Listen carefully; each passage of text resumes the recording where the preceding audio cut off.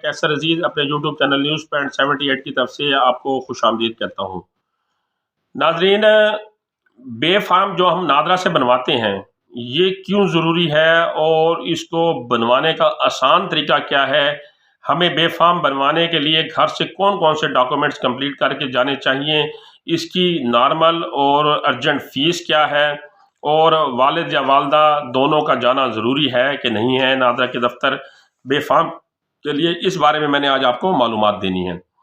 Basically بے form بنوانے کے لیے آپ کے پاس برتھ سرٹیفکیٹ کا ہونا ضروری ہے، اور برتھ سرٹیفکیٹ آپ کو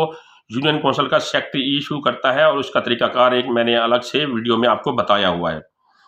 برتھ سرٹیفکیٹ اور بے فارم میں فرق یہ ہے کہ بے فارم کے اندر ہر پاکستانی بچے کو اس کا شناختی کارڈ نمبر الاٹ کر دیا جاتا ہے اس کی پیدائش کے بعد۔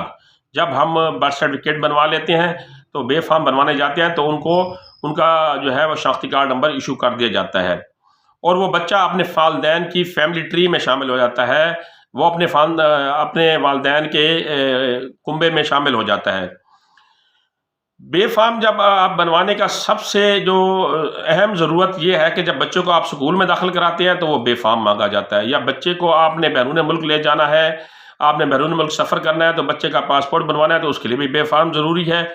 یا پھر والدین اگر حیات نہیں ہیں یا اگر حیات ہیں تو بچے کا اگر انہوں نے وراثت میں کوئی حصہ لکھنا ہے تو اس کے لیے بھی ان کے پاس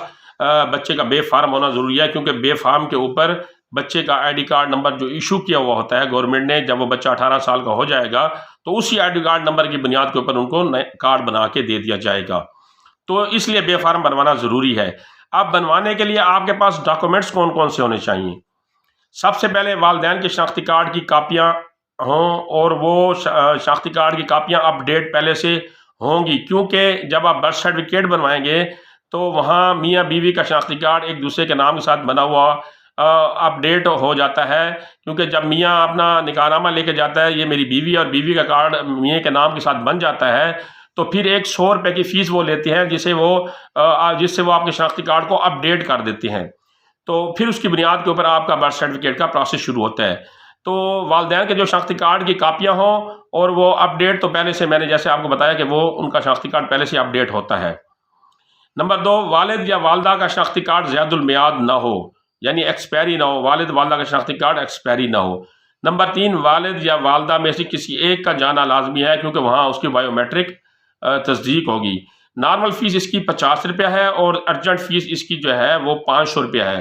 نارمل فیس میں اگر آپ نے ایک بچہ کی اندراج کرانا ہے، 2 کا کرانا ہے، 4 کا کرانا ہے تب بھی 50 روپیہ ہے، اور ارجنٹ میں بھی آپ نے ایک بچے کا 2 بچوں کا اندراج کرانا ہے تب بھی اس کی فیس 500 روپیہ ہے۔ تو اس بارے میں اگر آپ کو ذہن میں کوئی سوال ہو تو آپ مجھ سے ضرور پوچھ سکتے ہیں، انشاءاللہ اگلی معلوماتی ویڈیو کے ساتھ پھر حاضر ہوں گا، تب تک کے لیے اللہ حافظ۔